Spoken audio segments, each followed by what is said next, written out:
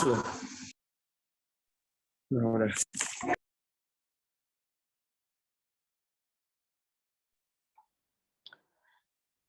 Assalamualaikum warahmatullahi wabarakatuh semuanya. Waalaikumsalam. warahmatullahi wabarakatuh. Waalaikumsalam warahmatullahi wabarakatuh. Selamat malam. Hari ini kami dari kelompok Satonda akan mengadakan sedikit sharing di Zoom perkara kesehatan mental. Kali ini kami membahas topik tentang anxiety disorder. Sebelumnya perkenalkan, saya Nataya Diandra Kalista sebagai moderator dalam Zoom kali ini. Dan di sini saya akan mengabsen teman-teman saya yang juga menjadi perwakilan dari kelompok Satonda. Ada Aska Dwi Yuniar, Cindy Handayani, Sarafina Putri, Widya Suryaningrum, Salsa Alifah, Hendra Dwi, Dewi Ayu Setiawati, Krisna Dwi, Hanifah Nur Insani, Febriana Dwi Puspita, Muhammad Daffa Adlan, Ikhda Khairin, Nuraini Aprilia, Farhan Maulana, Nurul Fatima, dan Alan Mahendra. Hari ini kita akan membahas tentang opini, pengalaman, dan beberapa tips yang akan teman-teman saya jelaskan tentang anxiety disorder. Sebelum kita lanjut memulai, izinkan saya untuk menjelaskan sedikit tentang anxiety disorder. Anxiety disorder adalah sebuah gangguan kesehatan mental yang membuat penderitanya mengalami kecemasan yang sangat berat.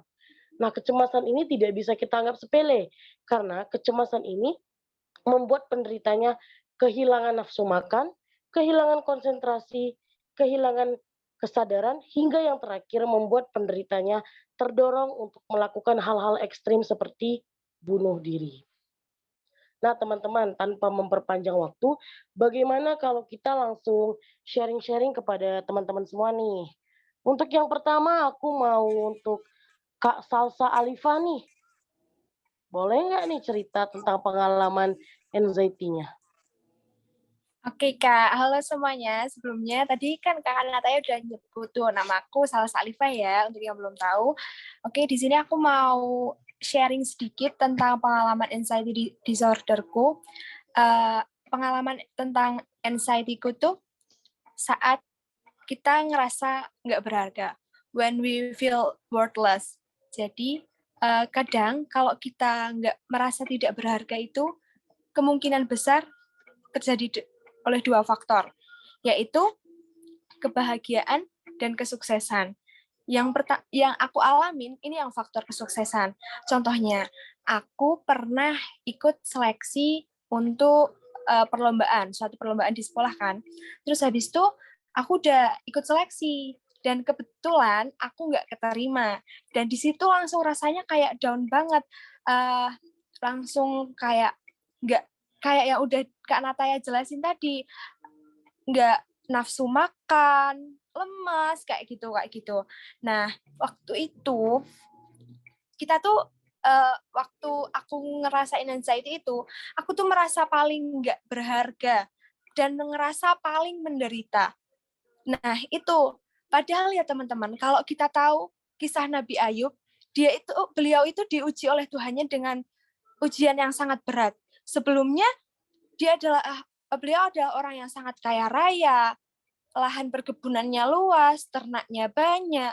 Tapi beliau diuji oleh Tuhannya dengan diambil harta kekayaannya, anak-anaknya yang dikasihi meninggal, sampai dia diberi penyakit kulit. Kalau nggak salah, kalau aku salah, correct me if I wrong ya, diberi penyakit kulit sampai bau, dan istrinya pun meninggalkannya. Nah, itu teman-teman, jangan jadi orang yang selalu ngerasa dirinya tuh paling menderita. Kayak gimana ya, sebenarnya kita tuh perlu banyak bersyukur aja. Kita buka mata kita, di sana jauh banyak orang yang lebih menderita daripada kita gitu loh. Jadi jangan ngerasa kita itu hidup paling menderita di dunia ini. Oh iya, kebetulan aku ada quotes. Aku lagi baca buku yang kebetulan relate sama pembahasan kita malam ini. Aku bacain ya teman-teman. Kehidupan ini seimbang. Barang siapa hanya memandang pada keceriaannya saja, dia orang gila. Barang siapa memandang pada penderitaannya saja, dia sakit. Ini kata-kata dari Pramudia Anantatur. Mungkin itu aja pengalaman anxiety disorderku. Nanti kalau ada tips yang bisa disampaikan oleh teman-teman yang lain, boleh Kak Nataya. Segitu aja dari aku. Terima kasih. Oke, terima kasih kembali untuk Kak Salsa ya. Penjelasan Kak Salsa tadi tentang pengalamannya itu juga menginspirasi kami yang mendengarnya.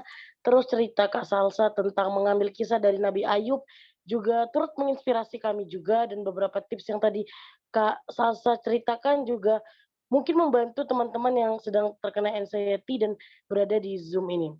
Sekali lagi terima kasih ya Kak Salsa untuk pengalaman dan cerita-ceritanya tadi. Ya, Oke nih. sama-sama semuanya. Oke, kita lanjut ke teman kita selanjutnya nih. Untuk Aska Dwi Yuniar nih, ada nggak pengalaman yang bisa diceritakan tentang anxiety disorder ini? Kalau aku sih, aku nggak pernah merasakan anxiety disorder yang di sosial kehidupan nyata. Tapi aku tuh ngerasainnya anxiety disorder akibat dari sosial media. Kayak contohnya nih, aku mau upload sesuatu di Instagram, tuh aku sama sekali nggak berani, aku kayak ngerasa gelisah, aku ngerasa cemas. Kadang aku tuh sampai keringat dingin, sampai deg-degan. Terus habis itu, aku punya temen nih, nama temen aku namanya Novi, dia berani banget. Aku sampai nanyain, Novi, kasih tau aku dong tipsnya biar aku bisa upload di sosial media tanpa mikirin bakal dapat berapa banyak likes-nya, bakal dapat berapa banyak komennya, tanpa mikirin aku bakal diomongin yang macem-macem. Terus kata dia, udah sekarang nggak apa-apa, lakuin aja yang bikin kamu senang, asalkan gak ngerugiin orang lain gitu. Terus aku tuh cara mengatasinya itu aku sadar aja kalau misalnya jumlah like, jumlah komen, jumlah misalnya retweet di Twitter itu tuh sama sekali nggak penting. Yang terpenting itu hidup aku tuh bahagia. Terus habis itu selanjutnya cara aku mengatasinya itu adalah aku sharing nih ke si Novi, teman aku. Terus habis itu selanjutnya juga aku lebih terbuka sama diri aku sendiri kalau misalnya Instagram itu nggak terlalu penting. Kayak gitu. Oke Kak Aska. Nah, cerita Kak Aska ini sepertinya relate dengan beberapa pemuda-pemudi zaman sekarang nih yang kayaknya kalau di sosial mungkin mereka baik-baik aja, cuman kalau di sosial media mereka merasa kayak takut tidak terpenuhi nih harapannya gitu. Misalnya, karena kita biasa punya standar likes ya kalau misalnya masukin di postingan nih, ya nggak? Ya. Misalnya biasa postingannya hampir 100 lebih. Terus sekalinya kita masukin, nggak sampai 100 tuh perasaan kayaknya, aduh ada Iya, yang betul salah atau betul ada yang betul kurang ya banget. nggak? Nah biasa kayak gitu. Tapi salam juga ya untuk si Kak Novi tadi. Berarti dia keren bisa memberikan saran kepada temannya sehingga temannya berani untuk memulai hal baru di Iya. sosial media dengan tidak menakuti hal-hal yang sebetulnya tidak perlu ditakuti ya Kak Aska. Iya. Ya, terima kasih nih Kak Aska untuk pengalamannya. Oke, selanjutnya aku mau bertanya dengan Kak Cindy Handayani. Ada nggak Kak Cindy Handayani? Hadir. Oke Kak Cindy ada pengalaman tentang anxiety disorder? Ada. Nah, kalau ada Kak Cindy boleh bercerita? Oke, jadi aku punya pengalaman tentang anxiety disorder. Aku nih orangnya yang nggak terbiasa di depan kamera, di depan umum, ataupun di tempat keramaian. Jadi respon tubuh aku tuh kalau di tempat keramaian itu jadi kayak khawatir, gugup, takut, sampai keringat dingin. Bahkan yang paling parahnya tuh gemeteran. Nah, cara aku menenangkan diri aku sendiri tuh dengan tarik nafas dalam-dalam, terus bicara dalam hati, yakinkan diri aku sendiri bahwa aku bisa lakuin yang terbaik. Itu aja sih kalau pengalaman aku. Oke, keren nih pengalaman dari Kak Cindy. Berarti Kak Cindy ini hebat karena bisa meyakinkan pada dirinya sendiri bahwa Kak Cindy itu bisa melewati masa-masa suramnya ini nih, ya kan? Karena Kak Cindy takut terhadap keramaian, tidak terbiasa, akhirnya Kak Cindy berbicara pada diri sendiri bahwa sebenarnya itu kita bisa untuk melakukannya. Bukan begitu Kak Cindy? Ya, betul. Oke, terima kasih ya Kak Cindy untuk pengalamannya. Ya. Nah, untuk selanjutnya aku mau cari temen yang cowok nih. Kira-kira siapa ya? Untuk Mas Krisna Dwi. Ada nggak Mas Krisna Dwi? Ada. Mas Krisna ada pengalaman tentang anxiety? Ada. Oke, boleh cerita ya Mas? Ya, ya mungkin pengalamanku tentang ADHD ini mungkin sudah dialami oleh banyak orang ya saat sedang menghadapi ujian. Itu pasti akan merasakan kecemasan yang sangat amat banyak pastinya. Itu akan sangat mengganggu konsentrasi. Caraku untuk mengantisipasinya adalah dengan berdoa kepada Allah Subhanahu wa taala dan menarik nafas panjang dan bilang kepada diri sendiri bahwa diri sendiri pasti bisa untuk melewati ujian ini. Terima kasih. Nah, iya nih, bener nih kalau kejadian yang dialami sama Mas Krisna ini pasti biasanya dialami oleh teman-teman siswa-siswi juga nih. Karena kan kalau biasanya kita ujian, kita takut nilainya rendah, kita takut gagal atau remedial, akhirnya ngebuat kita cemas, takut, stres, bukan begitu ya Mas Krisna ya? Iya, betul. Nah, akhirnya Mas Krisna punya jalannya sendiri nih dengan berdoa, dengan berbicara pada dirinya sendiri juga. Jadi keren Mas Arya bisa menemukan caranya. Terima kasih ya Mas Krisna. Sorry Mas Krisna. Iya, terima kasih kembali. Oke, kita lanjut ke sebentar nih. Kak Sarafina Putri. Ada Kak Sarafina? Iya, halo. Suaraku kedengeran nggak ya? Oh, dengar nih Kak Sarafina. Boleh cerita Oh, dong ya. Kak Sarafina? Oh ya, terima kasih atas kesempatan dikasih. Sebelumnya aku mau ceritain pengalamanku. Mungkin sebenarnya mayoritas dari kita yang di Zoom ini ataupun di orang luar sana, mungkin pernah ngerasain yang aku alami itu maupun secara sadar maupun tidak sadar. Jadi waktu itu, waktu awal-awal kelas 12, sekitar bulan Juli sampai bulan Oktober, gitu kan, itu tuh aku tuh ngerasa takut banget, soalnya kayak di kelas 12 itu kan masih kan fokusnya itu kan gak cuma ke pelajaran yang ada di sekolah, tapi kita juga mikirin tentang kayak ujian-ujian yang buat masuk ke kampus yang kita impikan gitu kan. Nah, di situ tuh masalahku itu karena aku belum ada nih nemuin jurusan yang cocok sama aku ataupun kayak yang kampus yang aku inginkan gitu kan. Terus tuh kayak setiap hari gitu kan merenung, kadang juga sampai nangis gitu kan. Terus kalau misalnya di rumah sendirian tuh kadang sampai kepikiran nih besok gimana ya gitu kan. Nah, terus gimana sih tips aku bisa keluar dari zona itu? Sebenarnya itu juga dukungan dari orang-orang di sekitarku gitu. Kalau bilangin masalah yang dihadapin sekarang itu semua orang tuh pasti pernah ngerasain gitu loh, tinggal masanya aja. Sekarang tuh emang giliran masamu yang ngerasain gitu kan. Jadi dihadapin aja gitu, berani, jangan sampai takut sama apa yang kamu hadapi sekarang gitu. Itu aja sih dari aku. Iya, untuk Terima Kak kasih. Sarafina. Terima kasih, keren. Berarti kita harus mencari lingkungan yang positif ya Kak, biar Ya, kita juga berpikir positif, tidak takut dengan hal-hal yang seharusnya tidak kita takuti gitu loh. Ya. Aku boleh Dan nambahin nggak? boleh, silakan. Boleh. Terus tadi kayak misal yang tadi siapa namanya salsa ya, bener ya. Tadi kan apa namanya kunci kita tuh yang penting kan bersyukur nih.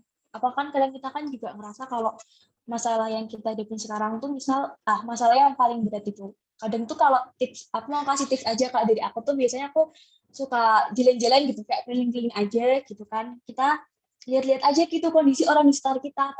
Pasti kita tuh kan juga bakal nemuin orang-orang yang belum seberuntung kita. Jadi biasanya aku lakuin itu untuk kayak ingat-ingat aja gitu. Ingat-ingat untuk bersyukur. Dah, aja ya. Terima kasih. Iya, terima kasih ya Kak Sarafina untuk pengalamannya dan cerita-cerita tentang tips mengatasinya. Oke deh, Kak Sarafina, terima kasih. Aku lanjut ke yang selanjutnya, ada yang laki-laki deh. Mas Dava Adlan. Ada Mas Dava Adlan? Ya, di sini. Mas Kedengeran nggak? Dava ada pengalaman anxiety disorder? Kalau aku sendiri belum pernah sih ngerasain anxiety yang sebenarnya gitu, penyakit yang anxiety gitu. Mungkin aku pernah ngerasain kecemasan saja kayak saat kita ingin nunggu giliran presentasi di sekolah gitu. Aku sering ngerasa gimana ya, deg-degan banget sampai pikirannya kemana-mana gitu. Nah, jadi aku punya tips buat ngilangin itu. Caranya kita atur pernafasan, kita tarik nafas dalam-dalam, senangkan pikiran, jangan terlalu banyak mikir gitu. Nah, sama berdoa sama Allah, semoga dilancarkan gitu. Sama yakin sama diri kita sendiri bahwa kita itu mampu gitu. Nah, seperti itu. Terus aku punya saran juga, kalau teman-teman semuanya punya penyakit anxiety disorder, aku saranin untuk ke psikolog, ke ahli ya, daripada kita pendam sendiri atau mungkin cerita sama teman yang teman kita nggak ahli kan dalam psikolog gitu. Mending kita ke ahlinya saja daripada dipendem, nanti bisa jadi bahaya. Nah gitu dari saya. Terima kasih. Iya, terima kasih kembali Mas Dava. Nah, tapi dari penyampaian Mas Dava tadi, untuk di endingnya Mas Dava bilang bahwa yang paling penting adalah pergi ke dokter. Nah, itu yang paling penting sekali. Kalau kita merasa anxiety, itu jangan kita pendam sendiri ya teman-teman, karena itu bisa membuat akhirnya menumpuk di hati, membuat stres, akhirnya malah berpikiran aneh-aneh, mau bunuh diri, mau mengakhiri hidup lah, pokoknya jadi yang enggak-enggak gitu. Lebih baik kita ke dokter, kita ke psikolog, kita berkonsultasi biar bisa mendapatkan jawaban yang benar menurut medis ya. Benar gitu Mas Dava? Betul sekali itu. Oke, terima kasih ya Mas Dava. Ya sama-sama. Kita lanjut ke selanjutnya. Teman kita ada Mbak Widya Suryaningrum. Ada Mbaknya? Ya, halo. Oke, Mbak Widya Makasih, ada Kak. pengalaman anxiety nggak? Ya, mungkin menurut saya ini bukan termasuk anxiety berbahaya ya, cuman gangguan panik atau cemas yang biasa. Jadi dulu itu waktu SMA ada guru yang paling galak di SMA saya. Nah, setiap mau pelajaran ibunya itu pasti pada cemas, pada khawatir lah, deg-degan gitu, takut kena marah. Nah, kenapa kok sampai deg-degan gitu teman-teman saya? Karena guru saya itu walaupun kami tidak melakukan kesalahan itu pasti kena marah. Apalagi kalau dikasih pertanyaan tapi jawabannya salah atau malah tidak bisa jawab, itu pasti kena marah. Dan juga kalau saat presentasi juga, kalau tidak lancar atau tidak sesuai dengan harapan beliau, nah itu malah tambah kena marahnya. Tapi menurut saya ini rasa cemas yang saya dan teman-teman saya rasakan ini malah membuat kami termotivasi ya untuk berusaha menampilkan yang terbaik.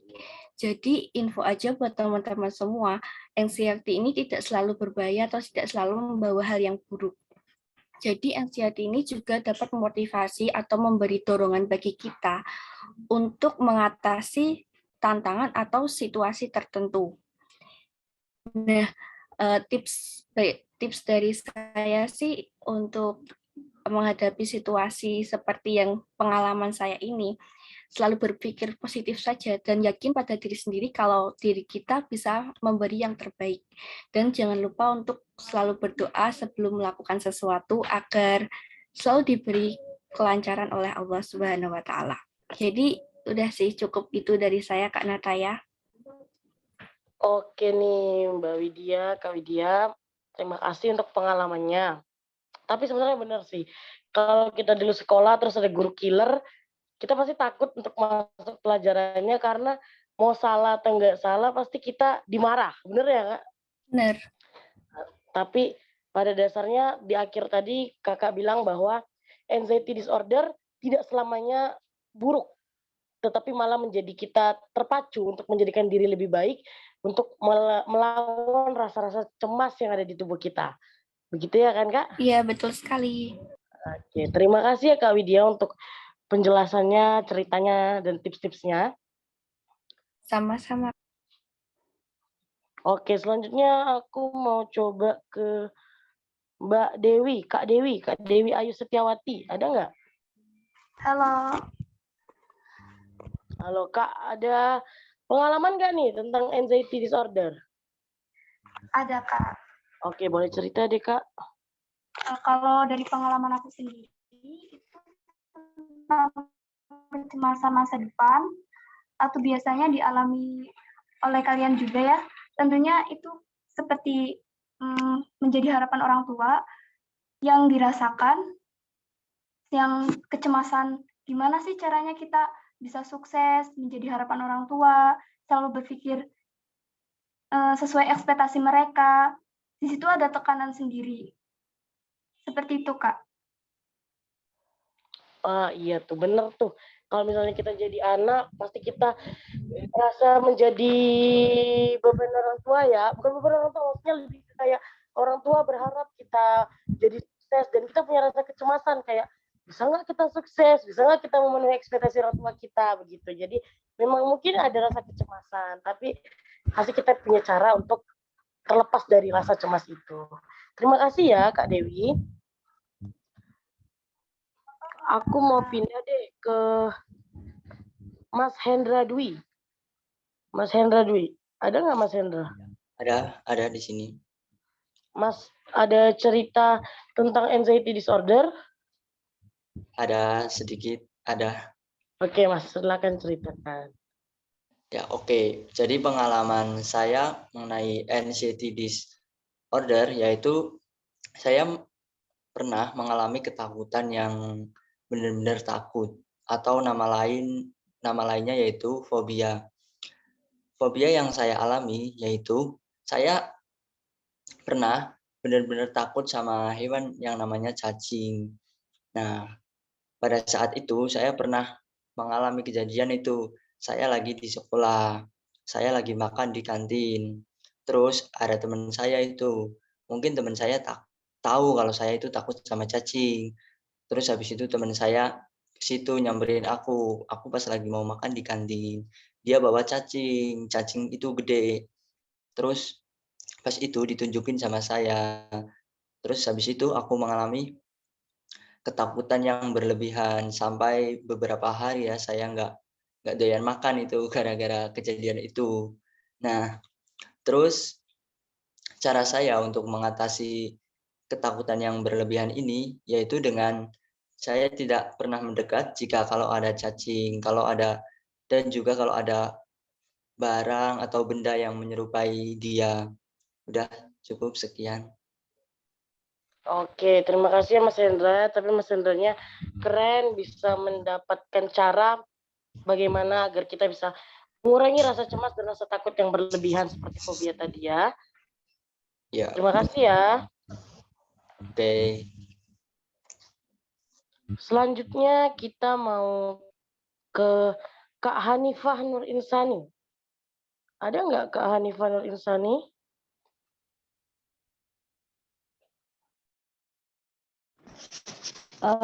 Iya, kedengeran nggak suaranya? Kedengeran Kak, kedengeran suaranya.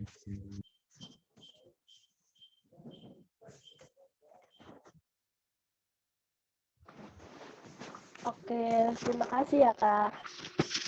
Sebelumnya maaf tadi bolak-balik keluar. Ya, aku mau ceritain pengalamanku tentang anxiety. Jadi dulu itu waktu aku masih kecil, aku itu sering banget kayak dikucilkan gitu sama teman-teman sampai itu saat ini juga kayak masih ke bawah trauma gitu. Kayak aku itu nggak diajak temenan deh sama mereka. Jadinya sampai sekarang itu masih cemas kayak gitu. Terus cara aku buat ngilangin rasa itu sampai di mana aku masuk organisasi di SMP, terus akhirnya menemukan teman yang benar-benar pas banget sama aku, dan akhirnya aku bisa keluar dari trauma itu. Terus juga kayak jangan terlalu circle-circlean gitu. Jadi itu sih sama mendekatkan diri kepada Allah. Oke, Kak Segitu Hanifah. aja. Itu pengalamanku waktu dulu ya, teman-teman. Ya, terima kasih Kak Hanifah. Berarti ini sama nih, cara penyelesaiannya seperti yang tadi sempat aku notice adalah dengan cara mencari lingkungan yang positif. Karena kalau kita berada di lingkungan yang positif, maka kita juga akan berpola pikir positif dan tidak ada hal-hal negatif nih di samping kita yang akhirnya membuat diri kita merasakan kecemasan yang berlebihan. Terima kasih Kak Hanifah. Sekarang Iya, sama-sama. Kak Febriana Dwi Puspita. Ya, terima kasih waktunya telah diberikan waktu. Di sini saya akan menceritakan tentang anxiety. Anxiety kan kecemasan ya, pribadi saya sendiri itu orangnya panikan. Itu pengalaman saya yang sangat panjang, tapi akan saya persingkat secara perlahan. Jadi waktu 1 tahun itu, ya kalian tahulah gimana rasanya mencari perkuliahan itu tidak semudah mencari SMA, tidak semudah membalikan tangan gini kan. Nah, kegagalan terus tersalurkan sampai saya itu benar-benar down gitu kan. Ih gimana yo, bisa nggak ya gitu. Pemikiran saya itu cuma satu, gimana cara saya itu sukses. Padahal emang sih nggak semua kesuksesan itu berada di pendidikan. Tapi kan kalau bagi saya sendiri pendidikan itu sangat penting. Nah, terus sampai saya itu mikirnya tuh nggak mau makan, nggak 7 hari gitu tuh. Terus orang tua saya juga bingung. Ya udah, dibawalah saya ke suatu tempat dan di situ saya diberi nasihat. Intinya itu gini, cobaan yang saya alamin itu belum mampu dialami oleh orang lain dan saya juga belum mampu mengalami cobaan orang lain. Dari situ saya belajar, oh iya ya, semua permasalahan itu akan mendapatkan jawabannya, tidak mungkin memberatkan. Dan dari situ saya juga punya keyakinan bahwa suatu kegagalan akan tercapai kesuksesannya dan saya juga membuktikan. 1 tahun saya dulu gap year, saya kan gap year kan, dan sekarang akhirnya saya mendapatkan universitas. Dari situ saya mengisi kegiatan saya dengan organisasi, dengan kegiatan yang positif, terus memperkuat ibadah saya gitu. Dan quotes bagi saya, kunci kebahagiaan itu cuma 3. Bersabar, bersyukur, dan ikhlas. Gitu aja sih sharing-sharing dari saya. Makasih. Oke, terima kasih nih Kak Febriana. Tadi ceritanya juga keren banget. Katanya tadi quotesnya yang aku dengar, katanya di setiap kegagalan itu pasti akan ada kesuksesan. Ya, benar. Adalah Kak Febriana, walaupun gap year tapi sekarang sudah berhasil menjadi mahasiswa baru UNES. Selamat ya Kak. Ya, kalian juga semangat. Selamat juga. Iya. Oke deh Kak, terima kasih. Aku lanjut ke yang selanjutnya ya. Oke, kita lanjut ke yang selanjutnya itu ada Kak Ihda Khairin. Iya. Kak Ihda Khairin pernah merasakan anxiety disorder? Kalau aku belum pernah, alhamdulillah, merasakan anxiety disorder. Tapi orang-orang di sekelilingku, di saudaraku, ada yang pernah merasakan itu. Jadi aku pengen berbagi tips sedikit aja nih dari saudaraku yang pernah merasakan itu. Boleh ya? Boleh Kak, silahkan. Boleh banget. Pada intinya anxiety disorder itu kan bagaimana kita menangani kecemasan yang ada dalam diri kita gitu kan. Jadi tips yang paling utama sih kita harus berpikir positif kalau sebenarnya apa yang kita pikirkan tidak terlalu penting juga gitu. Kita terlalu merasa cemas gitu. Jadi kita juga harus mengendalikan apa yang kita pikirkan, kita harus terus berpikir positif, atau mungkin bisa menjalankan rutinitas yang membuat kita lupa akan kecemasan kita gitu. Terus kita juga bisa menghindari hal-hal yang membuat kita cemas, itu juga bisa. Itu juga faktor dari begadang mungkin. Kan biasanya kita kalau malam-malam juga suka overthinking sendiri gitu karena lagi diem tiba-tiba mikirin sesuatu yang sebenarnya nggak terlalu penting gitu tuh. Jadi kurang-kurangilah begadang. Toh begadang juga kurang sehat gitu kan buat diri kita. Jadi ya seputar itu, dan tips-tips yang lain juga sama kayak teman-teman sebelumnya gitu. Jadi cukup itu yang aku mau sampaikan aja sih, Kak. Oke, terima kasih nih Kak Ida untuk tipsnya untuk teman-teman yang mungkin menghadapi anxiety disorder. Jadi untuk teman-teman yang mengalami anxiety disorder bisa diterapkan nih tips-tips dari Kak Ida. Terima kasih Kak Ida. Oke, kita lanjut selanjutnya ke Mas Alan Mahendra. Ada Mas Alan? Ya, ada. Baiklah, selamat malam. Di sini pengalaman aku sendiri atau anxiety disorder ini semasa aku SMA kelas 10 tentang bullying. Aku sendiri ya, tentang bullying ya, tentang bullyingku. Aku dibully karena mukaku berjerawat waktu itu, waktu SMA kelas 10. Jadi waktu itu pas masuk pertama SMA, aku dapat nih teman. Aku dapat teman, berteman kami seminggunya. Dari situ waktu kelas 10 itu kan jerawatku banyak banget di pipi, di wajah, di apa ini.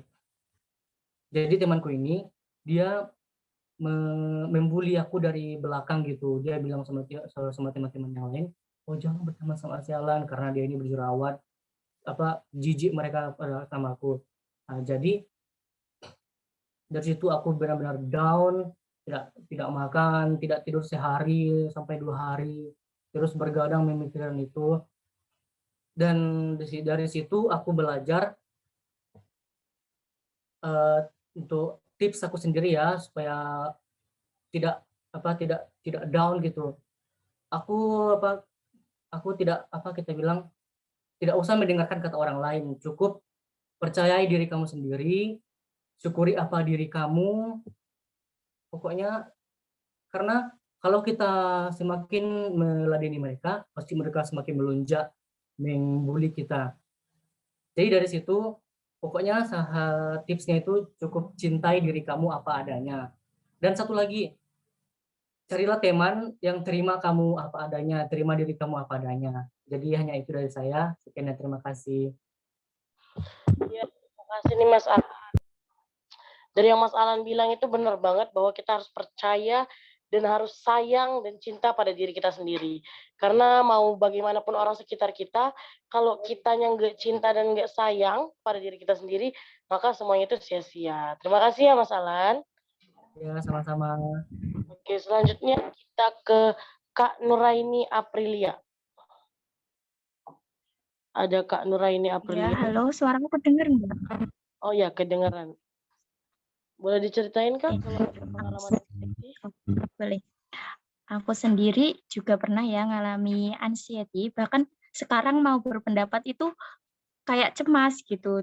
Terus kalau saya itu pernah di suatu organisasi, kalau ketemu orang-orang itu tuh cemas karena saya pernah dikatain buruk gitu sama teman-teman yang ada di situ. Terus saya itu selalu memikirkan tentang pendapatnya orang lain gitu. Jadi kalau mau ketemu orang ke suatu perkumpulan gitu, saya tuh cemas. Dan kebetulan saya juga punya teman yang seperti itu. Kemudian dia itu pernah saya ajak ke tempat yang kayak kerumunan gitu ya. Terus sampai dia itu bilangnya, aku nggak bisa ke tempat kerumunan kayak gini karena aku memikirkan gitu pendapat orang lain gitu. Sampai dia itu mau mual terus kayak vertigo gitu loh. Saya takut gitu. Kemudian saya ajak keluar dan menghirup udara segar, kemudian rileks lah ya. Terus teman aku itu sekarang saat ini itu bisa gitu sembuh dari itu kayak, terus saya tanya, kamu kok bisa kayak gitu? Maksudnya bisa sembuh nggak mikirin pendapat orang lain gitu loh. Terus katanya dia, kalau kamu berada di lingkungan kayak gitu mending hindari aja. Istilahnya lingkungan yang toksik atau kurang baik lah ya. Kamu hindari aja untuk apa? Mental naik lah ya. Untuk diri sendiri, sayangi diri sendiri, kemudian jangan terlalu memikirkan pendapat orang lain. Kritik atau itu juga perlu, tapi jangan terlalu memperdulikan pendapat orang lain gitu. Kadang kita juga perlu bodoh amat lah ya istilahnya untuk diri kita sendiri agar kita lebih percaya diri gitu loh ya. Itu sudah sekian. Oke nih, iya. Untuk Kak Nera ini aku boleh nanya sedikit nggak? Boleh. Sampai saat ini kakak masih ada rasa anxiety, kecemasan untuk berbicara dengan banyak orang atau di keramaian, atau udah sedikit berkurang? Halo? Halo? Gimana? Boleh diulangi soalnya macet-macet. Ya, maksudnya aku mau nanya, sampai saat ini kakak masih ada rasa anxiety, ketakutan, kecemasan itu untuk berbicara di depan banyak orang, berada di lingkungan yang ramai, atau sudah mulai berkurang rasa anxiety-nya? Iya. Kalau misalnya rasa anxiety atau kecemasan itu nggak bisa gitu ya benar-benar dihilangin. Karena cemas itu sendiri respon dari saat kita kondisi stres. Jadi itu respon, jadi nggak bisa benar-benar dihilangin, tapi bisa dikurangi. Saat ini saya masih sedikit anxiety, tapi kayak saya memikirkan pendapat teman saya kalau lebih baik kalau bertemu kayak circle yang kurang baik lah ya, istilahnya toxic gitu, lebih baik nggak usah diikuti dan pergi saja dan nggak usah memperdulikan pendapat orang lain. Nanti juga lama-lama berkurang sendiri. Dan sekarang saya sudah bisa bicara. Buktinya sekarang saya bisa bicara, padahal ini masih cemas. Itu. Oke, semangat terus ya Kak Nera ini. Semoga rasa kecemasan itu bisa semakin berkurang dengan terbiasa berbicara dengan orang ramai. Semangat terus ya Kak. Ya. Terima kasih Kak. Oke, Ya, terima kasih. Aku mau ke Mas Farhan Maulana. Ya, halo, kedengeran nggak ini? Sebelumnya minta maaf ini kalau nanti ada suara kendaraan lewat, dibiarin aja soalnya ini di dekat jalan raya. Nah, kan saya ini mau sharing tentang pengalaman, tapi mungkin pengalaman lainnya itu udah diceritain ke teman-teman semua. Jadi mau ngambil yang agak beda lah. Ini waktu saya kelas 10 SMA, awal-awal COVID itu, pertengahan COVID, saya punya saudara yang sakit, dan saya itu ikut mengantarkan ke rumah sakit.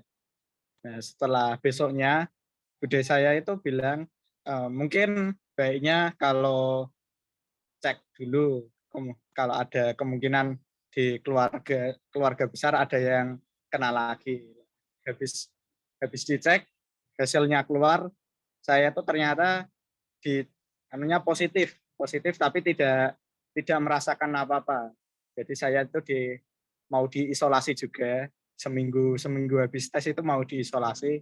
Terus keluarga saya itu bilang, kamu nggak usah cemas, nggak usah apa-apa, sehat, nggak kena apa-apa, jangan mikirin yang aneh-aneh. Pas waktu itu saya juga agak cemas, nanti gimana, kan diisolasi sendirian itu, satu ruangan sendirian di sana. Nah, saya cemas mikirnya, nanti saya apa kayak menderita kayak orang-orang lain yang ada di berita gitu ya. Habis dibilangin jangan cemas, jangan mikir aneh-aneh, berdoa ke Allah. Nah, hasilnya pas di waktu isolasi itu ternyata baik-baik aja sampai selesai, sehat-sehat aja. Bahkan di tempat isolasi ada jadwal untuk berjemur di pagi hari. Nah, itu juga ketemu sama orang-orang lain, ada yang dari daerah sana, dari sini, terus cerita-cerita gimana sih kok bisa masuk ke sini itu gimana. Terus sharing-sharing. Bahkan ada anak kecil juga yang masuk di tempat isolasi itu. Sekitar ya kelas 3 SD kalau nggak salah waktu itu. Itu masuk ke tempat isolasi juga. Udah habis keluar, udah sampai rumah, udah sehat kan. Waktu mau berangkat di isolasi itu kan pasti dijemput ambulan kan ya. Terus pas waktu pulang itu aku mikir lagi, ini pandangan tetangga terhadap sini itu gimana? Soalnya kan waktu itu lagi was-wasnya orang kalau ada yang kena nanti pasti kayak dijauhi soalnya kan ini penyakitnya baru hitungannya. Nah, itu terus habis itu ibuku bilang udah santai aja nanti bilang ke ke Pak Ustadznya di sana soalnya dekat masjid juga. Terus waktu di sana bilangin kalau saya itu udah sehat, satu keluarga udah sehat, tidak kenapa-kenapa. Nah, waktu dibilangin udah selesai, ya akhirnya normal lagi. Nggak ada kecemasan antara keluarga saya sama tetangga. Ya, jadi untuk teman-teman semua kalau semisal terkena penyakit atau sakit gitu jangan mikir yang aneh-aneh, mikir saja kalau tubuhnya itu sehat, jangan mikir yang negatif. Nanti kalau negatif itu kan malah juga mempengaruhi antibiotik tubuh, jadi ya malah tubuh nanti jadi tambah sakit juga. Terus juga tambah doanya kepada Allah. Mungkin dari saya itu aja pengalamannya. Sekian, terima kasih.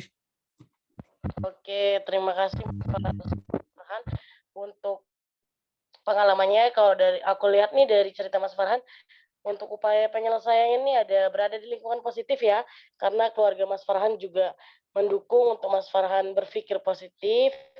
Lalu yang kedua selalu berpikir positif, dan yang ketiga berdoa kepada Allah.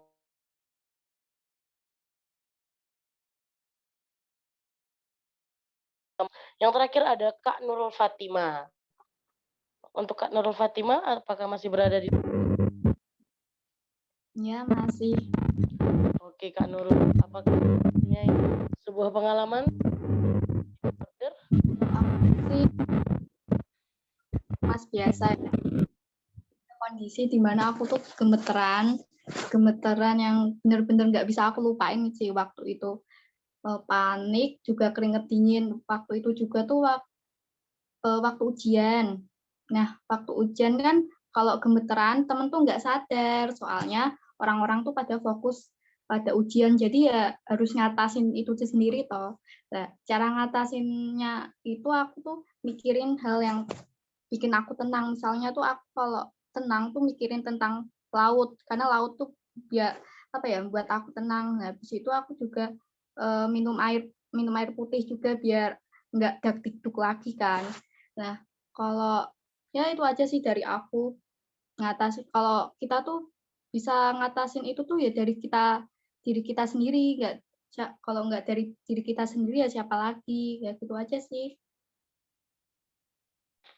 Oke, terima kasih nih Kak Nurul. Tadi aku dengar bahwa kalau di Mas memikirkan hal senang, salah satunya adalah laut. Terima kasih ya Kak Nurul pengalamannya. Oke teman-teman semua. Nah, kita sebenarnya sudah berada di penghujung acara nih. Tapi sebelum aku tutup, aku mau cerita juga bahwa aku itu pernah merasakan namanya anxiety disorder. Jadi dulu waktu SD, SMP, dan SMA, aku itu punya rasa ketakutan dan kecemasan yang sangat berlebihan kalau sudah waktunya mendekati pengumuman pembagian rapor. Nah, itu tuh benar-benar mengganggu banget karena aku kehilangan nafsu makan, aku bisa nggak tidur, insomnia, dan bahkan aku punya rasa ingin mengakhiri hidup karena aku nggak mau tahu apa hasil ulanganku. Padahal itu sebenarnya nggak bagus dan nggak baik. Tetapi pada akhirnya seperti yang tadi teman-teman sudah ceritakan juga, beberapa tipsnya adalah dengan menenangkan diri, terus juga dengan berdoa, bersyukur, berada di lingkungan yang positif, dan selalu berpikir positif. Akhirnya lama-kelamaan berkurang tuh aku punya anxiety disorder akan ketakutan-ketakutan seperti itu. Walaupun sampai sekarang sih kayak mau masuk kuliah tuh masih ada tuh rasa-rasa takut, nggak nafsu makan, nah kayak gitu. Nah, sebelum tutup aku juga mau baca resume untuk pertemuan Zoom kelompok Satunda malam ini. Nah, dari Zoom kita hari ini yang bisa aku dapat adalah kalau anxiety disorder ini adalah bukan sesuatu hal yang bisa disepelekan karena memang memiliki dampak yang cukup berat juga, cukup menakutkan kalau sampai ekstrim bunuh diri gitu misalnya. Dan juga dari tips dan trik yang sudah diberikan sama teman-temanku tadi, pertama ada pergi ke dokter, ke psikolog, lalu ada banyak bersyukur, sharing ke orang terdekat, bicara pada diri sendiri, berdoa kepada Tuhan, berada di lingkungan yang positif, bernafas dan berpikir dengan tenang dan lega, menghindari hal yang membuat kita cemas, percaya pada diri sendiri, dan memikirkan hal yang membuat kita tenang. Nah, untuk teman-teman boleh aku minta untuk unmute dulu nggak? Sebelum menutup, aku mau ajak teman-teman untuk Oke, siap. Siap. Gerek.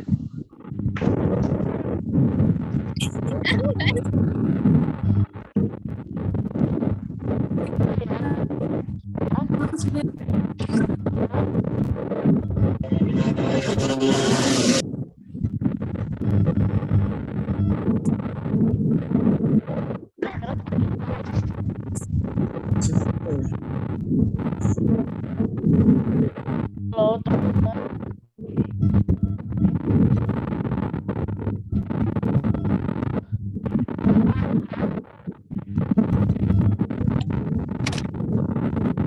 Aku ulangi, jadi kalau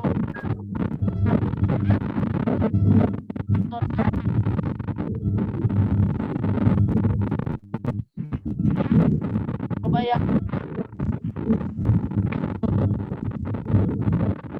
dari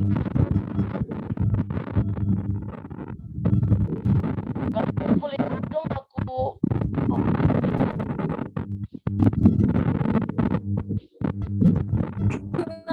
Apa?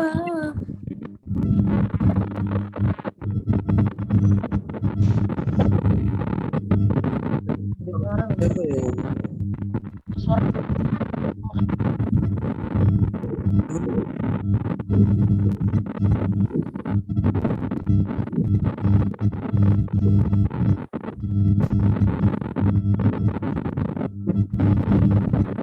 dengannya pada gangguan Ya, namanya di YouTube.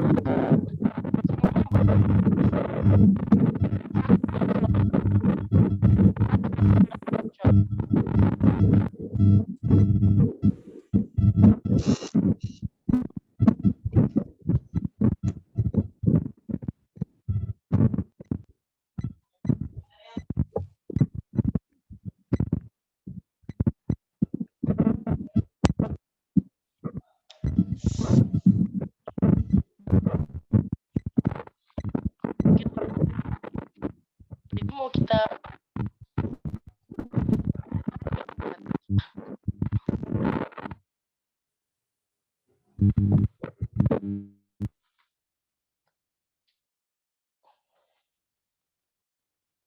Oke teman-teman, kalau udah ada yang bisa dengar suaraku, Bisa. jadi Aman. Bisa. mau kita ulang ininya apa jargon kita? Boleh. Oke, jadi jawabnya Satunda. Oke. Oke. 1, 2, 3.